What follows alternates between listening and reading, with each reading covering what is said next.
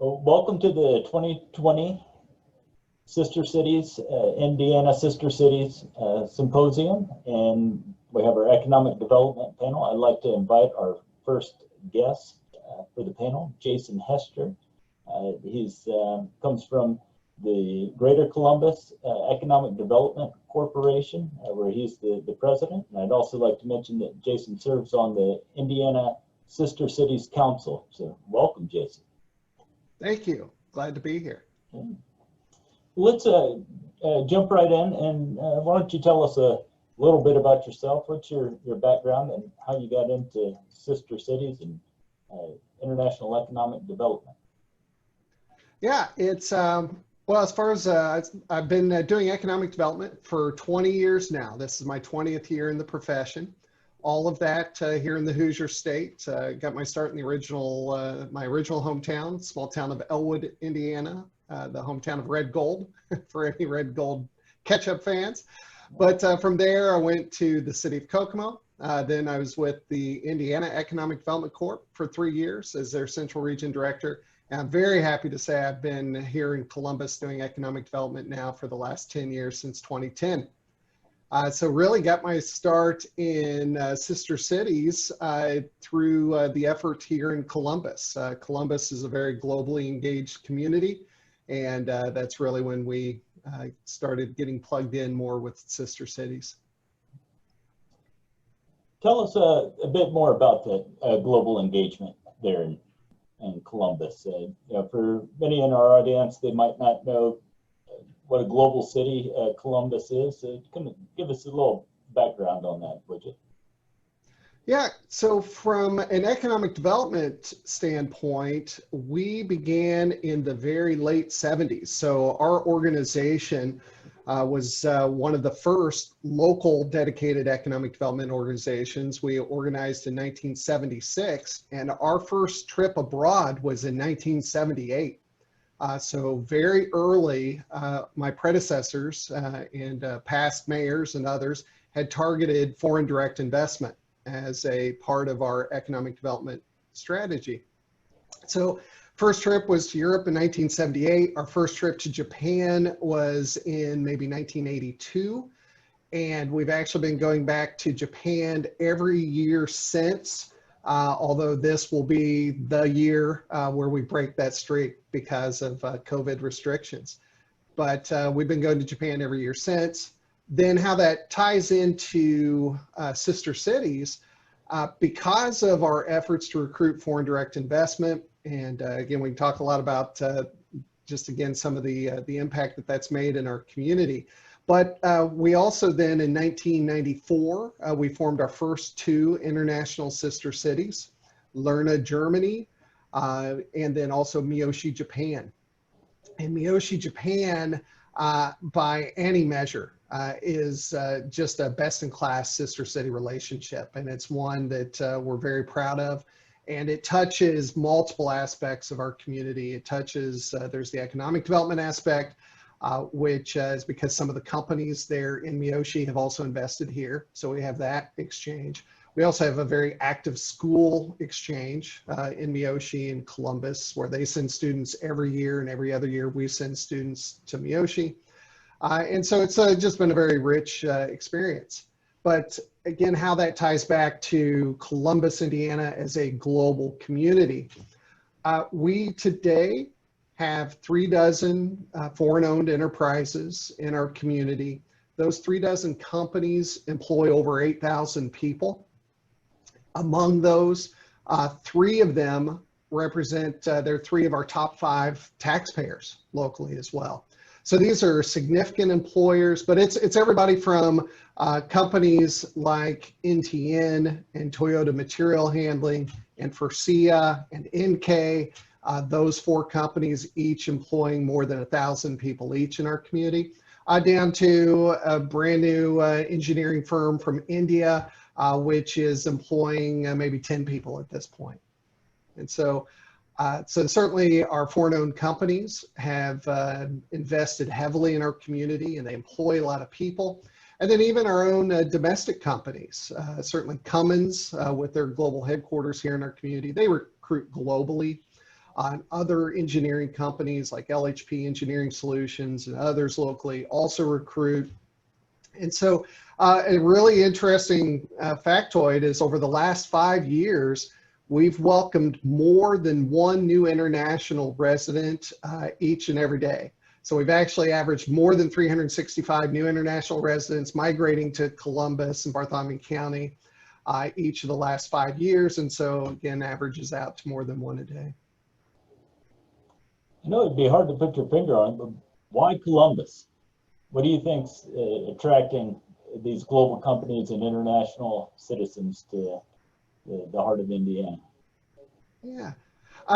Yeah, very fair question. So there's I would say a little bit of luck, which also met early opportunities. So again, going back to the 1980s, early 1980s, that's when we welcomed our first Japanese companies to our community. And at the time, and I should go ahead and point out, so of the 36 foreign companies which have operations here in our community, 24 of those are from Japan. So Japan has represented the greatest impact on our local economy. And so where I say luck played a part. So I already mentioned we intentionally pursued foreign direct investment. So there was an intentionality to it. But we were fortunate that when Japanese automotive suppliers started to look to the US in the early 1980s, well, again, remember, this was before the internet. So a company, if you're sitting in Japan and you say, you know what, we know we need to be in the US, we want to be in the US, well, where should we go? Well, so then, you know, they pull out an atlas, you know, and there'll be people maybe, you know, joining us there. They're like, what's an atlas, right? I mean, so pull out the old paper atlas and here's this, you know, the US. Boy, that's a big place. And so we should probably go check out some locations. And so I say we benefited from the fact that because we were there early, extending a welcome invitation, but then as they started looking at the industrial Midwest, we were very fortunate to be one of the stops. And so then when the first Japanese company planted operations here, well, then that put us on the map for others to say, oh, well, you know, if it worked for them, we ought to go ahead and check it out too, perhaps. And so we were very fortunate in the 80s where we would have, there were some years where we'd have maybe 2 new company announcements a year for a couple years. And so we were very fortunate in that respect. So that's one component. That's where, you know, preparation met luck, you know, to help on that score. But beyond that, as to, you know, what makes for our community to be a global community today, you know, it's not all, you know, we're not a utopia here.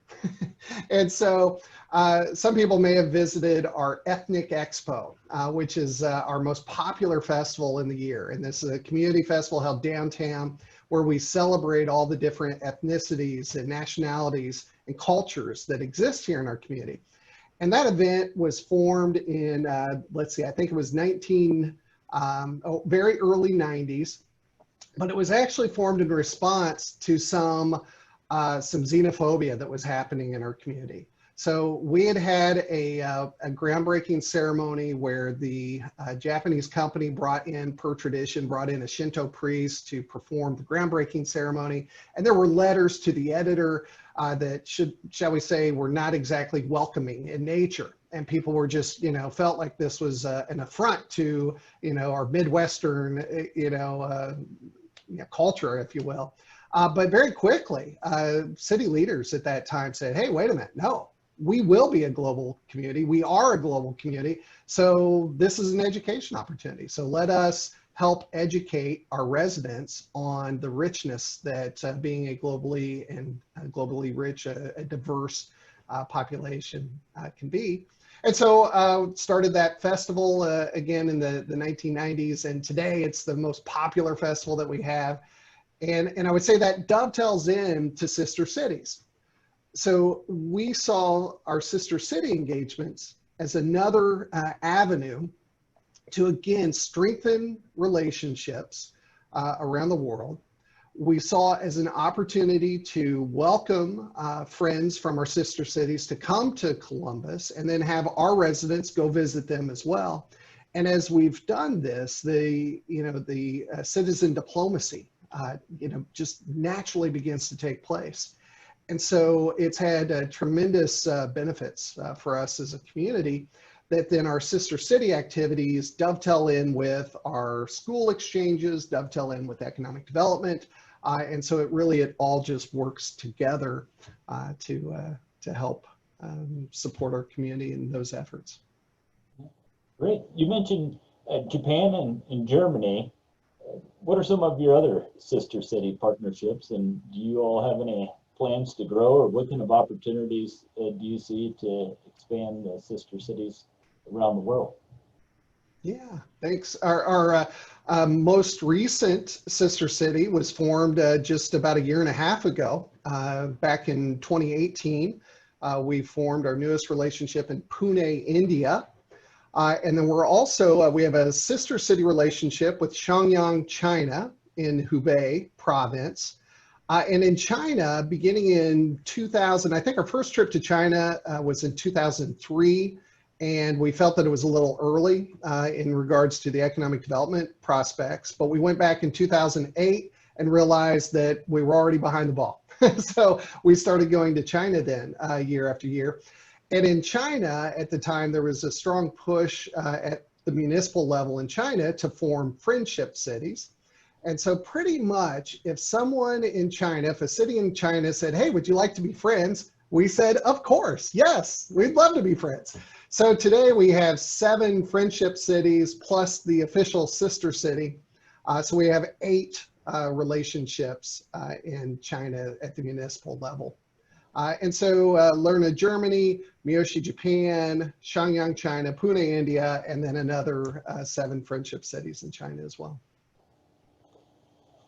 They must keep you busy with hosting delegations. So how do you get your mayoral administrations to buy into hosting and engaging with these sister city partnerships? Yeah, wonderful question. So how we've been very fortunate to have strong mayoral support for the most part. And I would say, again, because it began, our foreign direct investment actually led the way. So again, we started welcoming foreign direct investment in the 1980s, very early 1980s. Our first sister city wasn't formed until 1994. So by then, we'd already had a decade of the community seeing investment come from abroad, where hundreds of people were being given jobs locally. And so then when the first sister city was formed, actually Lerna, Germany, that is a relationship, interestingly, was formed by someone from Lerna tracing some ancestors who had migrated to the US. They found their burial site in a small cemetery outside of Columbus. And so then that was the genesis of that relationship. So there's not been a lot of economic development activity there, but there are still some very friendly relationships between Lerna, Germany and Columbus, Indiana. And we've had some exchanges there at the mayoral level. But then in Japan, of course, I mentioned annual trips, and nearly every year we visit Miyoshi, Japan, our sister city. So there was one city administration that, and perhaps it's fair to point out, it was a one-term administration that was not as supportive.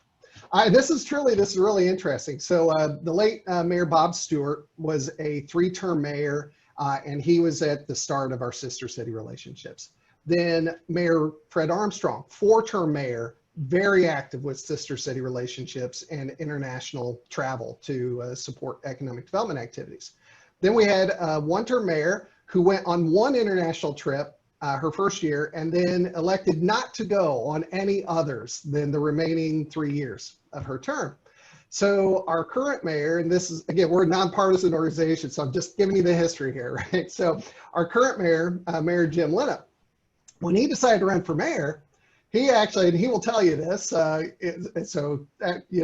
to him whenever you see him next, but they actually did some polling of potential voters when he was deciding to run for mayor. And one of the questions that his campaign asked was, should the mayor of Columbus go to Japan in pursuit of economic development activities? And the overwhelming majority said, yes, the mayor of Columbus, Indiana should absolutely be on a plane going to Japan every year. And so how did we go about bringing great, mayoral support? We can't really take the credit. We support it. We welcome that support. But our community, again, even going back to things like Ethnic Expo, and the fact that they see large companies that are employing thousands of people in our community, our residents get it. They realize that we're a globally engaged community and that having relationships around the world is important. And therefore, I would say wise elected officials also see the value of that.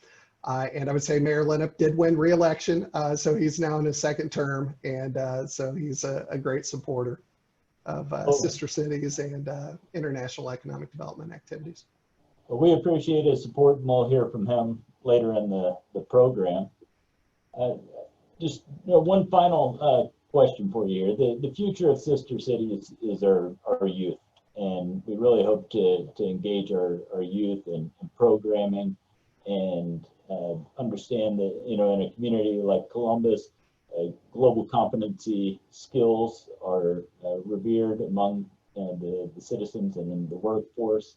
What would you say to youth about using sister cities as a vehicle towards getting a career in international affairs, or even within the community there in Columbus? Yeah, that's a wonderful question.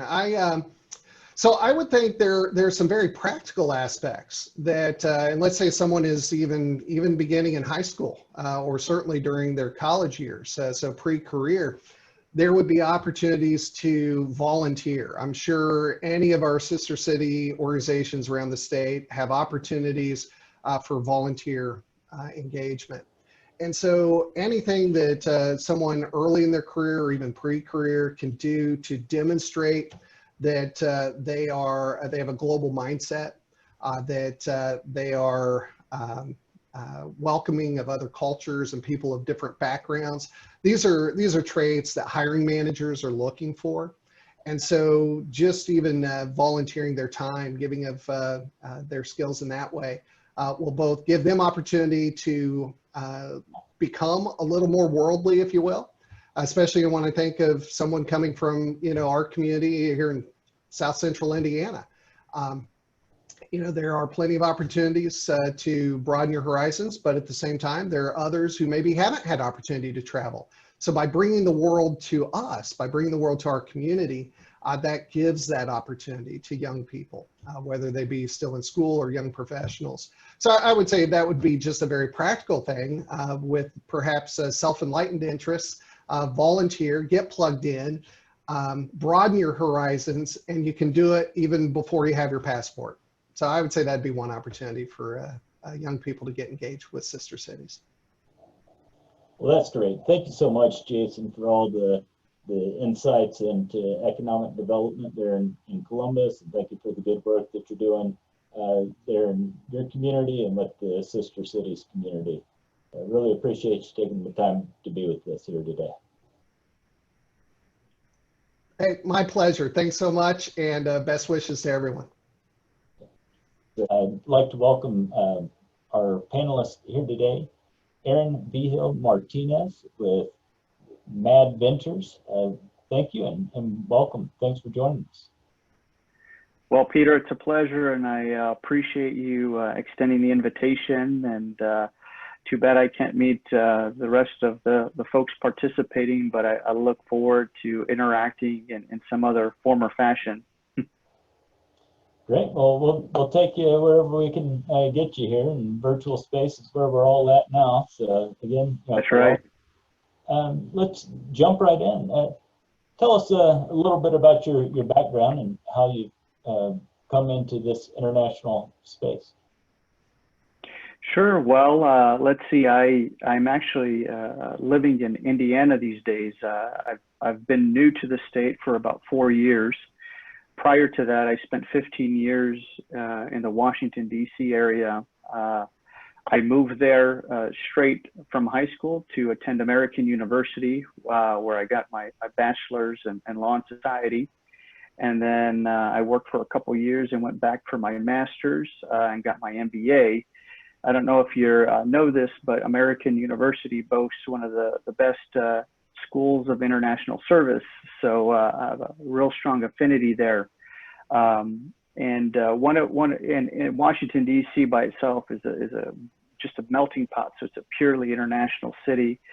I got my first exposure probably my sophomore, junior year of college when I took a semester abroad.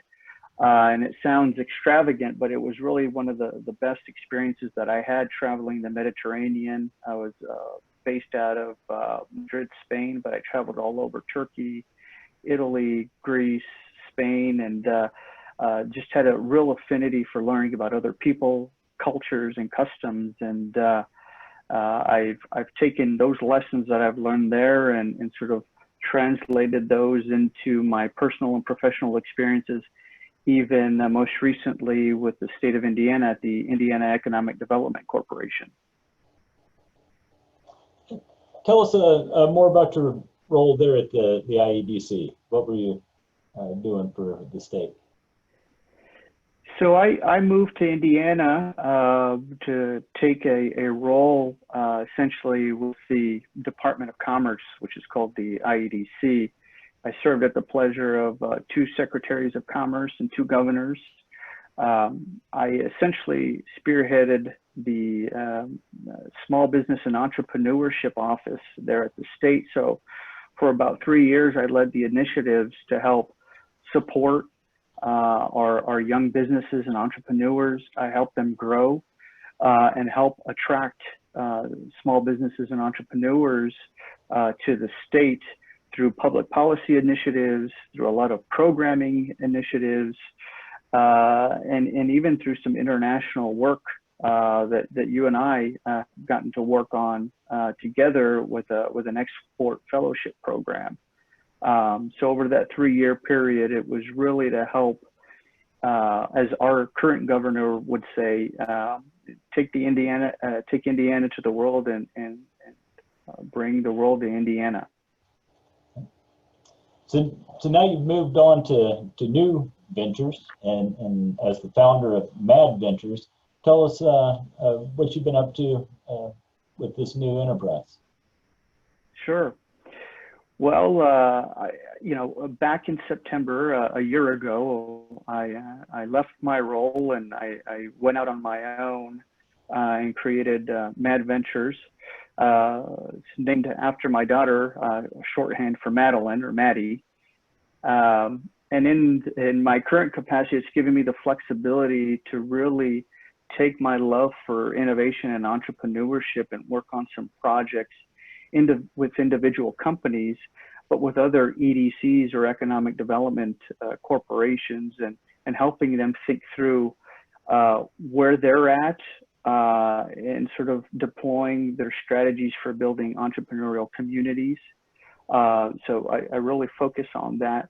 A couple areas of Mad Ventures that I help in sort of the business services and consulting, deal more on a national scale with the United States government and some of the agencies, Department of Defense and Department of Energy, or in the areas of secure and trusted microelectronics, and in the areas of advanced manufacturing and composites. So those are the 3 main tenets of Mad Ventures: is entrepreneurial ecosystem building and support, and advanced manufacturing, composites, and microelectronics.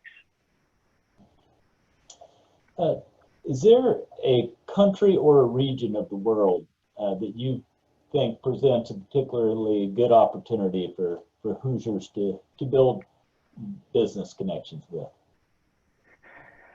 Yes, actually, there's quite a few, and you know this very well. Indiana has done a tremendous service to all Hoosiers by establishing some great relationships across the globe.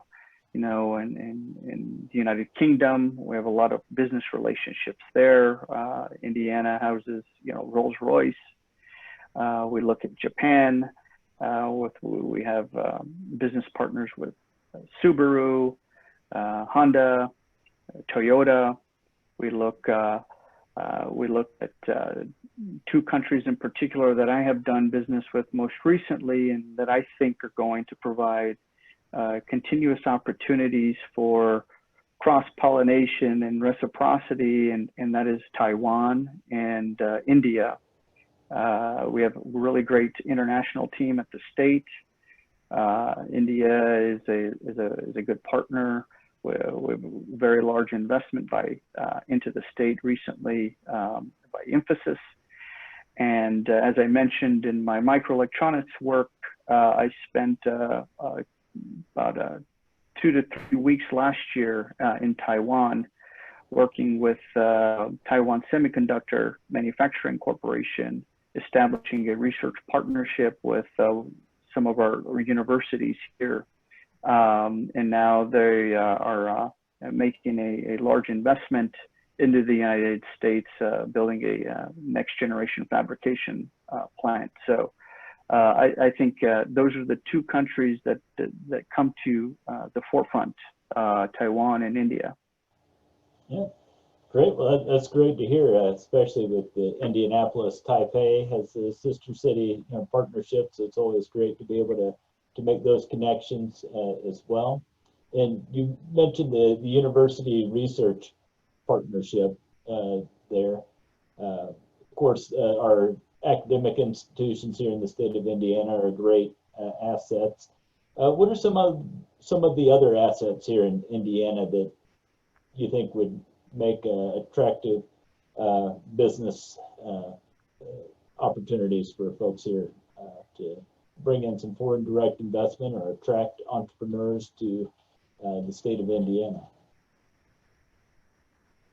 Yeah, certainly. You hit on, we have a great network of research universities from Purdue to Notre Dame to Indiana University, Rose-Hulman, Trine, Butler, UND, you name it, such a vast network.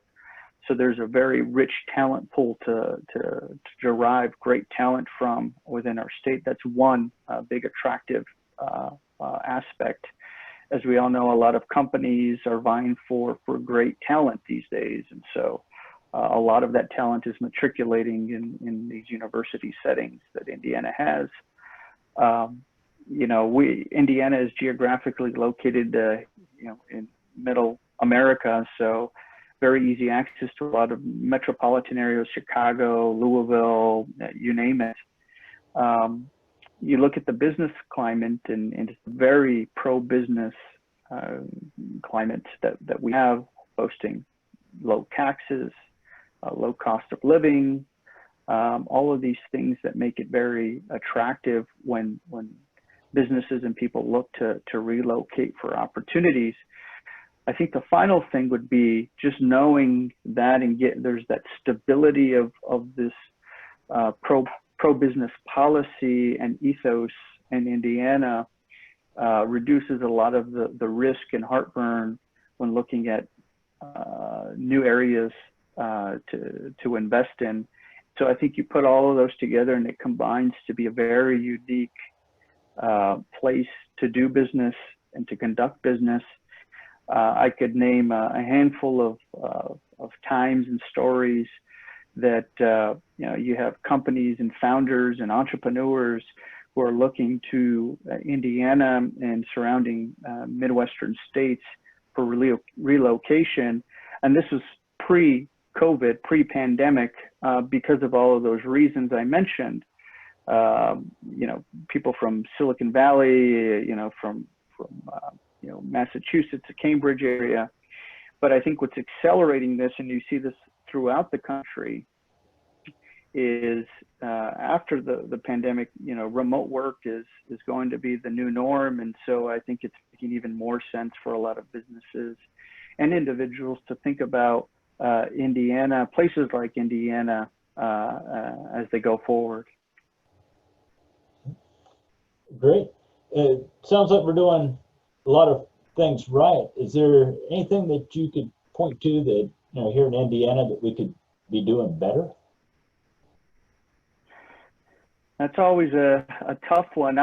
In thinking about this, you know, we shouldn't become complacent, right? And Indiana has been on a roll the last 10, 15, 20 years, going back, you know, previous administrations, in really embracing a commonsensical pro-business approach. But we should not become complacent and continue to innovate in our approaches, in our policies, and in our attraction efforts, and still not be afraid to take some risks. So when we invest in people and programs, we want to have a very broad view to make sure that we're inclusive and can attract the best and the brightest talent and people and companies to Indiana. And so that would be sort of my takeaway is we've been doing so well, and let's not take the foot off the gas pedal. Let's continue to push those boundaries.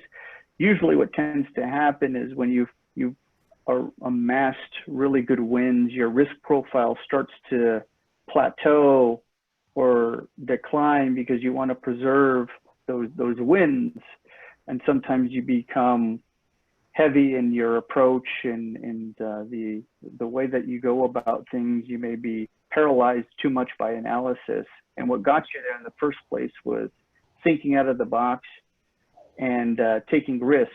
And so there's going to be a good balancing act there. And so we should not forget that what got us there is that mindset of being able to be a little more riskier and thinking outside the box in how we approach things like innovation and entrepreneurship. And the last point on that was, you know, when about 3-4 years ago, when I went to the state, you know, innovation and entrepreneurship in the traditional economic development sense is totally foreign and new, because it's all about traditional incentives and there's a transactional piece. So I had to treat my job as a startup in state government. And so kudos to the leaders who allowed for that to happen, because I think what has transpired since then has given Indiana a leg up in how we are ranked nationally across small business and entrepreneurship, and some of the innovative things that we've done that have put us on the map to attract talented individuals and companies. Great, thanks. So my next question is, how can sister cities support the ecosystem for entrepreneurship? What can we be doing in our committees and communities to make Indiana a welcoming place for international entrepreneurs? Well, one, it's continuing to facilitate that dialogue across borders, to create convening spaces where people can meet, but creating intentional opportunities for meetings to happen across academic and student platforms, but also across commerce and platforms, because we'd all love to share in the sharing and exchanging of people and ideas. You know, I think now is the time, you know, with things in the global environment, pandemic has really brought to the forefront is, you know, facilitating these cross-cultural exchanges are important, more so now than ever. As I've thought about this in terms of entrepreneurship, one of the things I'm working towards and putting together with a whole host of stakeholders within the state is this idea of an international entrepreneurship program, where it's reaching out to strategic stakeholders, and those being part of the Sister Cities group, where we can facilitate the exchange of foreign entrepreneurship with the availability of bringing everybody together in a virtual environment, but showing and highlighting both entrepreneurs in one part of the world and resources in our home state or in our home territory. And so Continuing to think outside the box, again, not letting go of the momentum is important. Sister Cities, I think, as I reached out to you, is going to be an excellent platform to leverage to meet the appropriate people and see how something like that could really get off the ground and really continue to support the exchanges that drive people like you and I. Oh, that's great. We really look forward to supporting those kinds of initiatives and look forward to collaborations there. Last question for you here is, with Sister Cities, an important facet of what we do is with our youth. Give us a message to the youth about how global competency and engaging in programs like Sister Cities will create opportunities, and what kind of message would you like to send to them? Yeah, I mean, that is vitally important. I opened up our discussion by saying, my life was made better because of the experiences that I had going abroad and experiencing other cultures and languages, understanding business protocols, and was able to give me different frames of reference as I approached problem sets, right? And quite frankly, it allowed me to see the world, and the world is such a big, beautiful, grand place to explore. And so, any messages that I would say is get involved and see how students these days can participate in international programs, because I think it opens literally a world of opportunities. When I think back to my education at American University, it's a melting pot in it itself, just by the nature of who it draws in. But I can remember sitting in my graduate school classes and even undergrad classes, and I had friends who have become lifelong friends from India, from China, from Azerbaijan, from all over the planet. And that makes us better global students and stewards, and in fact, leaders. And I think having that perspective helps to prepare very solid leaders in whatever facet anyone decides to take on. So we couldn't agree more 100%. That is such a valuable experience and lesson. Well, thanks for that message, and thanks for taking the time here today to visit with us on this economic development panel. We really appreciate you being a part of this, and look forward to connecting with you here soon. Thank you so much. I really appreciate the opportunity, and best of luck with the rest of the event, and I look to joining the other parts. Thanks. I can tell you, to the person that I get to talk to, they will all say, I did not know that Indy had a place like this.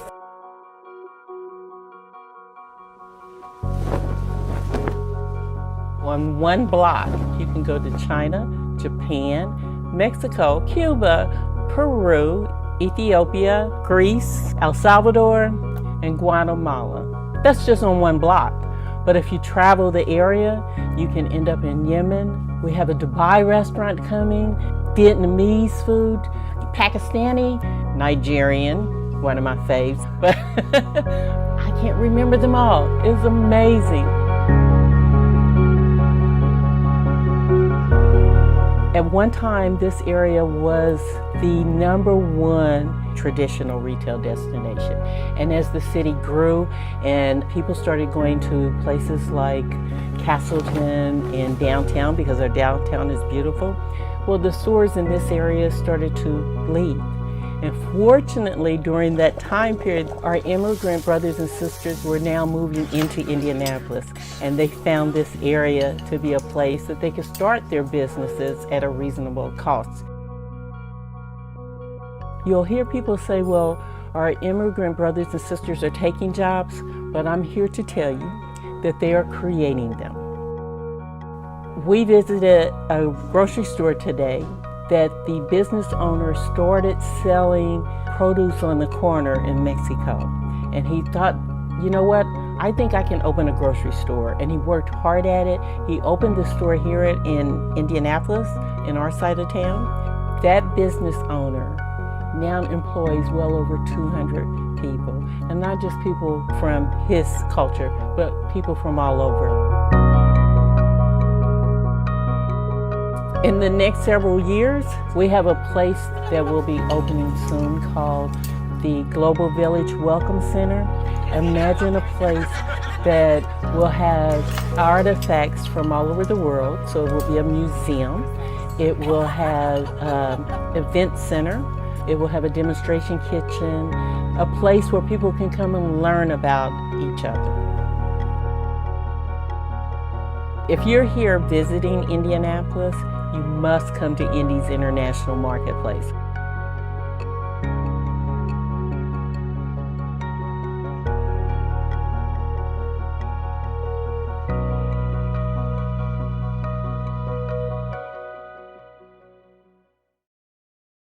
We'll start off with a little bit about your background. So please tell us more about Mary Clark and how you got into the position of the Executive Director of the International Marketplace Coalition.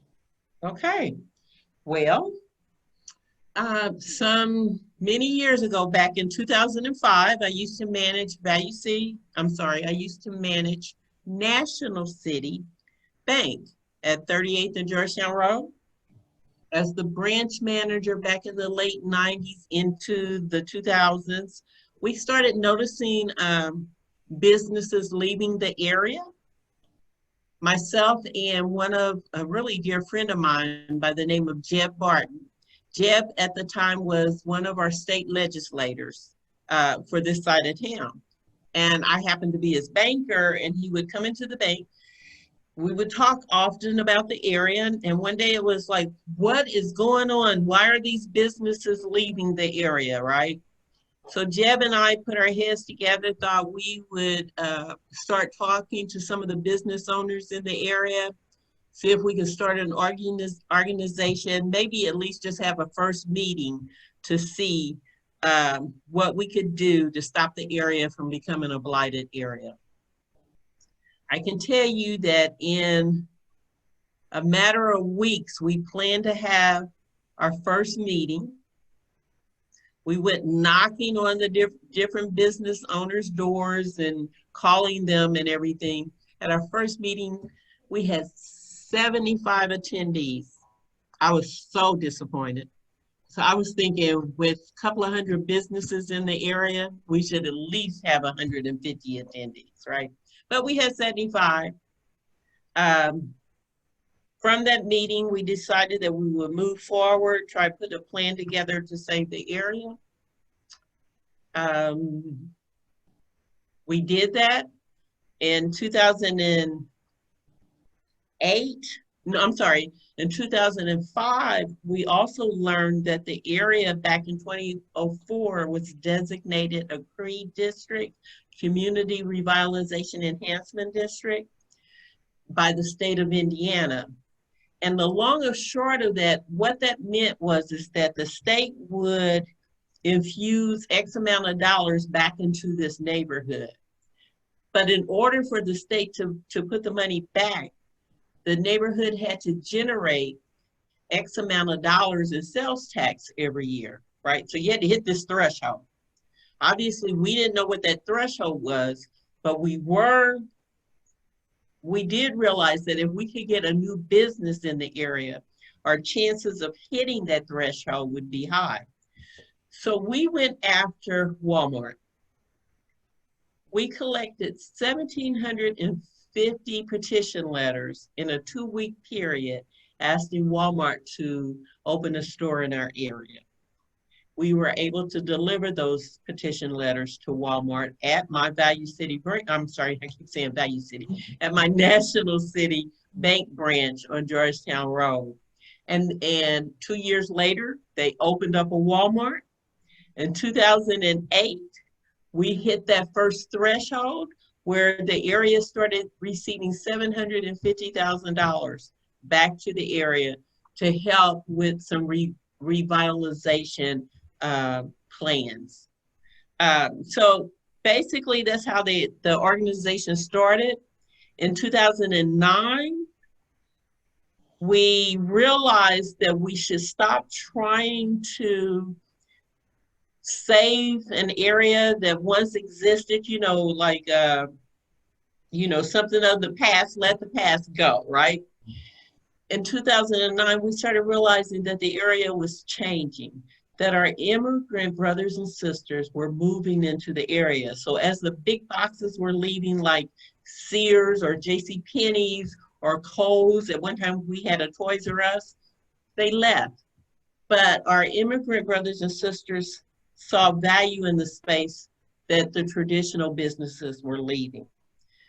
I'll tell you, we went from approximately having some 40, 50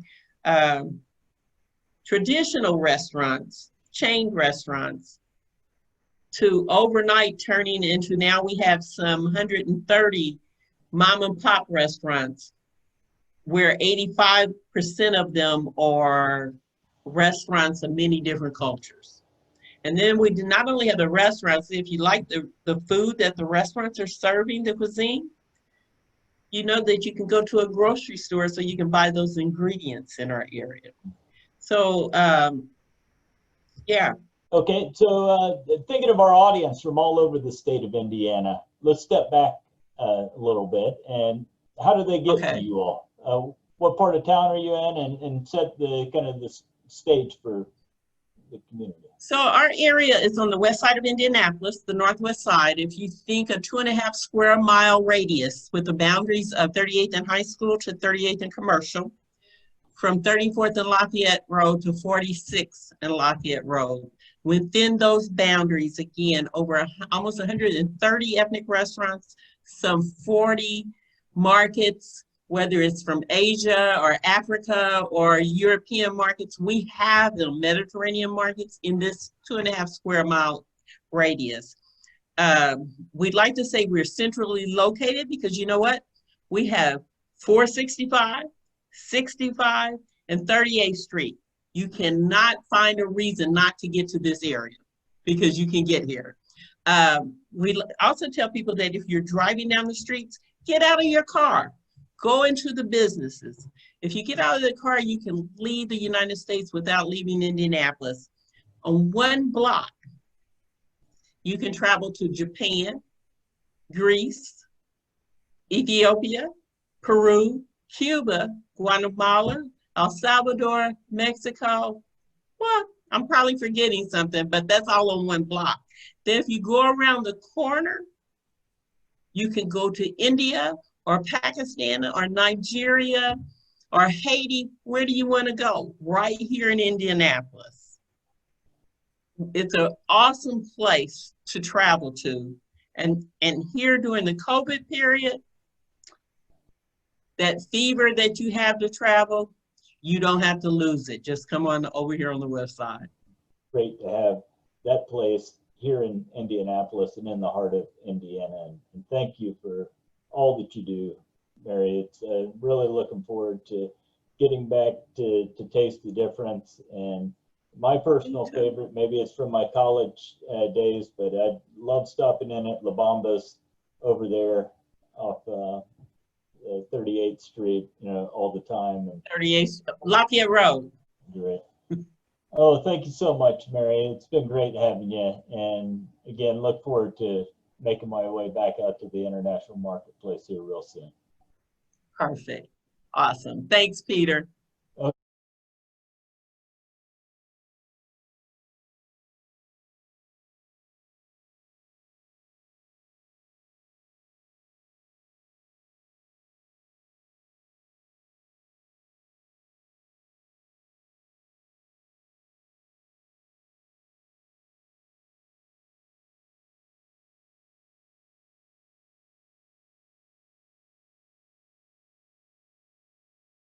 let me tell you something. So here's a funny conversation that I've had with one of my boys, which was, you know, everybody talks about if they had a superpower, what would that superpower be, right? And so, oh yeah, you know, I'd fly, or I'd, you know, have X-ray vision, etc. So we've actually had a fun conversation. We're like, what if you could have an almost superpower?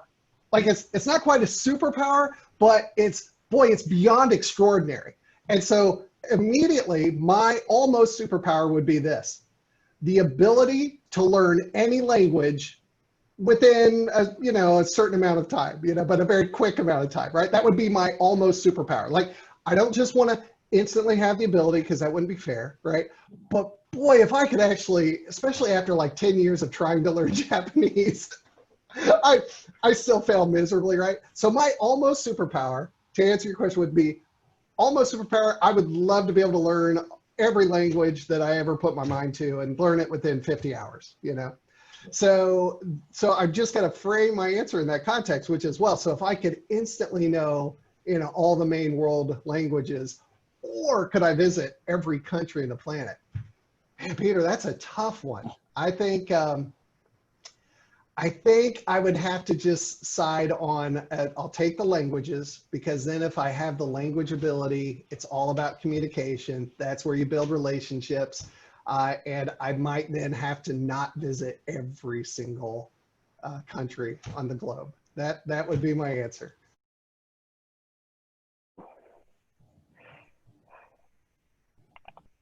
I would choose the latter, traveling. I love languages. I actually, growing up in the Southwest, I speak Spanish, so I got two languages. And I've dabbled in another one, but I'd rather travel and see and experience than. Plus, I think when you travel, you pick up a few key phrases here and there. So you may not be fluent, but you'll pick up a few words or phrases.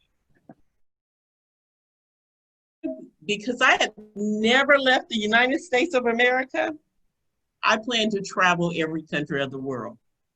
That's if I could do what I wanted to do, that would be it. I believe that we can communicate without speaking the same languages, so yes. Thank you